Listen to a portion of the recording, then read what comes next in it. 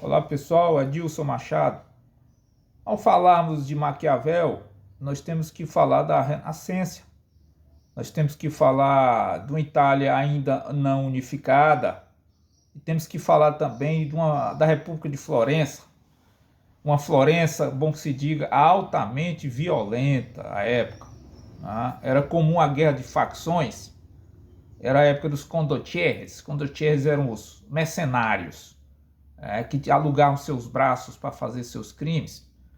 Era comum, na época, um inimigo matar outro, arrancar seu coração e colocar na porta da casa da mãe da vítima. Né? O próprio Maquiavel, quando tinha 9 anos, ele viu corpos trucidados nas ruas de Florença, nas janelas das casas de Florença. Tal era a violência em Florença à época.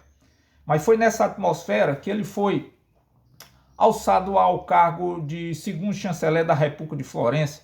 Parece que foi em junho de 1498. Era um cargo monótono para ele, que era um homem pouco aventureiro, e também o salário era baixo. Mas ele viajou, ele foi para a Alemanha, ele foi para a França à época, ele conheceu homens fascinantes para ele, conheceu César Borgia. César Borgia era um dos homens mais ambiciosos da Itália à época. Ele era filho, sabe de quem? Do Papa Borgia, o Alexandre VI, Papa terrível, um dos piores papas que a Igreja Católica deu. O César Borgia, ele queria dominar grande parte da Itália. Tá? E isso fascinou bastante Maquiavel, que tinha fascínio por esses homens. Tá? Ele passou mais ou menos 14 anos no poder, porque houve uma briga, um entreveiro entre as tropas papais de Júlio II e o rei Luís XII da França. O Júlio II, que foi um dos papas mais valentes da Igreja Católica. Ele andava na frente das tropas, fazia questão. Ele uma vez encomendou uma estátua para Michelangelo. Michelangelo fez com bastante esmero, como era de praxe, e no dia da inauguração da estátua, a estátua coberta com pano, na presença do Júlio II, o Papa, ele tirou o pano, estava lá uma estátua belíssima. Júlio II segurando uma Bíblia. Michelangelo se curvou, olhou para eles, Vossa Reverendíssima, gostou? Ele disse, não. Tire a Bíblia do lugar dele e coloque uma espada. Ele era um homem assim. Mas vamos deixar de lado, não interessa no momento. Através dessa briga, caiu a República de Florença. Caiu na República de Florença, Maquiavel perdeu o cargo. Ficou desempregado. Ele perdeu, mas nós ganhamos.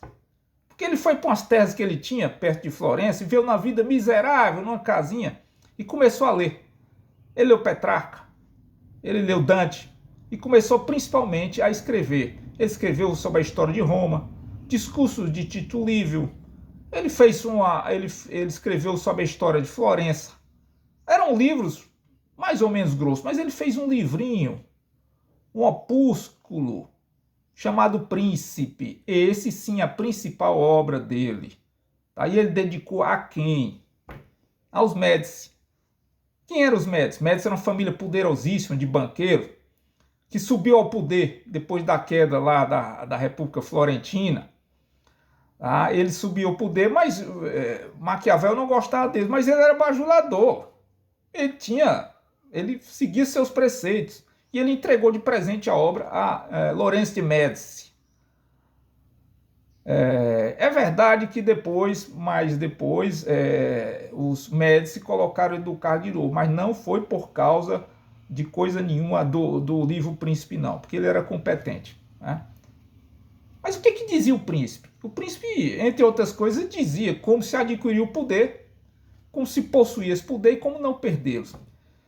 Mas vocês esqueçam, pessoal, qualquer legitimidade, qualquer noção de moral, qualquer direito, porque isso eram termos desconhecidos para Maquiavel. Né? Como adquirir o poder, como possuir o poder pela força. Ele dizia no príncipe que o governante, o príncipe, o ditador seria, né? Tinha que ser mais temido do que amado. Ele dizia que os fins justificavam os meios para a aquisição do poder. Ele dizia que a natureza do homem é má, mas pode ser boa de acordo com os interesses. Ele fazia uma diferença, isso é bem interessante, pessoal, entre virtu e fortuna. Fortuna seria o acaso, bom ou mal, e virtu seria a aquisição do poder através do mérito, da coragem, da dissimulação, da habilidade. E falava sobre fortuna, comparava com César Borgia, que recebeu o poder do Papa. Quer dizer, foi o acaso que ele colocou o poder na mão dele. Tá? Mas qual foi o grande segredo de Maquiavel? O grande segredo de Maquiavel ele revela nos últimos 3 capítulos do Opúsculo. Seria um amor exacerbado pela Itália. Seria uma tentativa de voltar ao glamour de Roma, que ele queria, porque queria, mas sempre governado por um tirano mais temido do que amado. Um tirano bajulador, de acordo com os interesses, que os fins justificavam os meios. Pessoal, isso aí pode ser dito, pode ser concebido como um embrião do que seria no século XX, viria a ser o fascismo. É interessante isso aí. Seria a primeira pedra lançada aí para o fascismo do século XX, o nacionalismo, que depois exacerbou mais ainda na frente com a unificação italiana. É interessante isso. A pedra está lançada, a semente foi lançada através de Maquiavel. E qual seria o destino da obra? Vamos lá, vamos falar primeiro de Lourenço de Médici. Lourenço de Médici recebeu a obra, ele deu valor? Dizem que ele não leu, talvez tenha jogado até no lixo. Essa obra, o Príncipe, só foi reconhecida póstumamente. Nenhum contemporâneo de Maquiavel deu valor à obra. Nenhum. Nem Lourenço de Médici, nem ninguém. E a partir da história foi que começaram a dar valor. Por exemplo, na Reforma Protestante. A Reforma Protestante, os protestantes chamaram ele de demônio. Maquiavel era um demônio. Os católicos também condenaram, inclusive, no Concílio de Trento. Tá? Existia um arcebispo lá na Inglaterra, bem famoso, que disse que ele era o Old Nick. O Old Nick, quer dizer, o velho Nick, é o demônio dos ingleses. Né? Seria o velho Nick, Nicolau. Né? Jean-Jacques Rousseau, mais na frente, já cita também. Mas ele diz facescamente, ele cita falsamente. Ele diz que a obra do Príncipe, de Maquiavel, era para alertar as pessoas que ali estava presente um tirano, mas não foi isso. O príncipe vai ensinar o tirano a ser tirano. É diferente. Já no absolutismo, vemos aí Richelieu, Cardeal Richelieu, tendo como livro de cabeceira. O Mazarino também. Chegando ao século XIX, vemos Napoleão Bonaparte. Dizem que na carruagem dele foi encontrado alguns pedaços do livro O Príncipe durante a malfadada Batalha de Waterloo. Pode ser, porque Napoleão lia. Ele lia. E também vamos aí ao século XX, vamos Mussolini, que leu.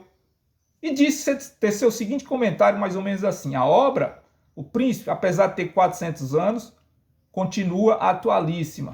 O que eu falei lá atrás? Interessante isso? Stalin também leu. Dizem os assessores que ele leu.